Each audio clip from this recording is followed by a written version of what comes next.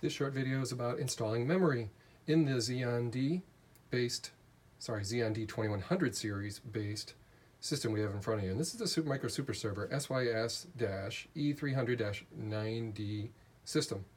And you'll notice the huge heatsink here, and that I've got two memory DIMMs. Now, I had two memory DIMMs of the 2400 megahertz variety laying around, and I have no static problems here. It's a humid day. Here's the device here, 32 gig module. Let's get focus going.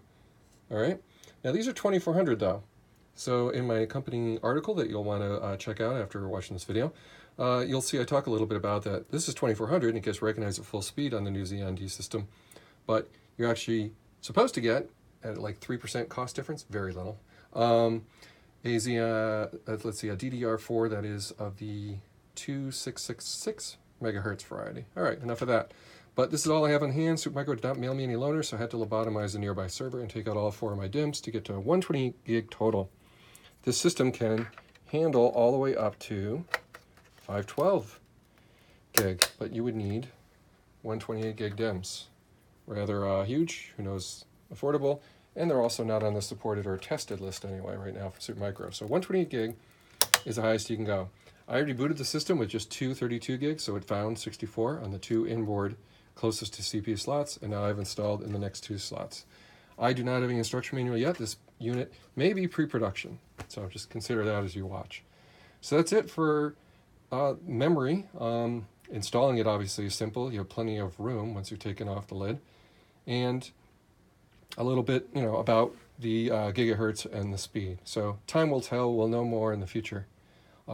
This is my last video, I think, with the lid off. The next one's going to be focused more on booting and the power supply testing. So one more thing I'll just point out with the lid off is just this cable. I'm not quite digging the way that blocks a bit of airflow, right?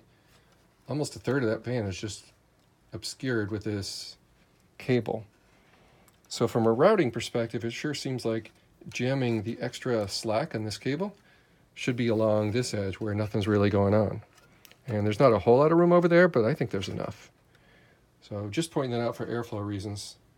Not super impressed with the default decision of how that was situated. And that's an assembly thing. That's not a chassis, unchangeable thing. So I'm going to actually try that now, because I know people are going to leave a YouTube comment probably along those lines. Let's see if it's practical and straightforward to reroute this beefy cable that comes inside this chassis. All right, so attempting to completely reroute where it's laid out, and now there's a whole lot better airflow across the motherboard. Notice it's a passive CPU design, so I would think this kind of thing would make a big difference. And I could actually do some A/B testing, but I really want assurance that this motherboard is a production level sample, not a pre-production thing that'll never see the light of day. Because in that case, I'd be kind of, wasting my time with testing it. All right, so I've got the cable jammed in the slot. Wasn't really that difficult to do. And now I need to double back on itself and plug it back in. So that was not very difficult. So really, whoever's assembling the motherboards into these chassis before shipping them out, sure would be good if it was done more like I just did. I can't see any disadvantage to my approach that I can think of offhand here. All that's on that edge of the motherboard. There's no jumpers or anything we're getting in the way, so I've got that back in. All right, the red cable paint is over to the right.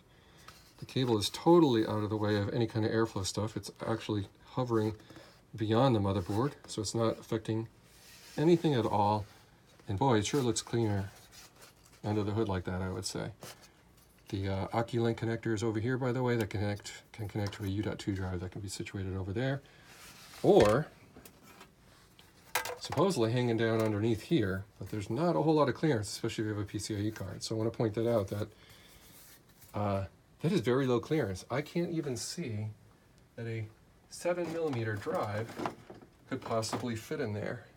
Never mind a U.2 drive like this. So here, if you screw a U.2 drive and hover underneath and assemble this, it'll be fine without a PCIe card, but now you've precluded the use of a PCIe card, so that's not so awesome.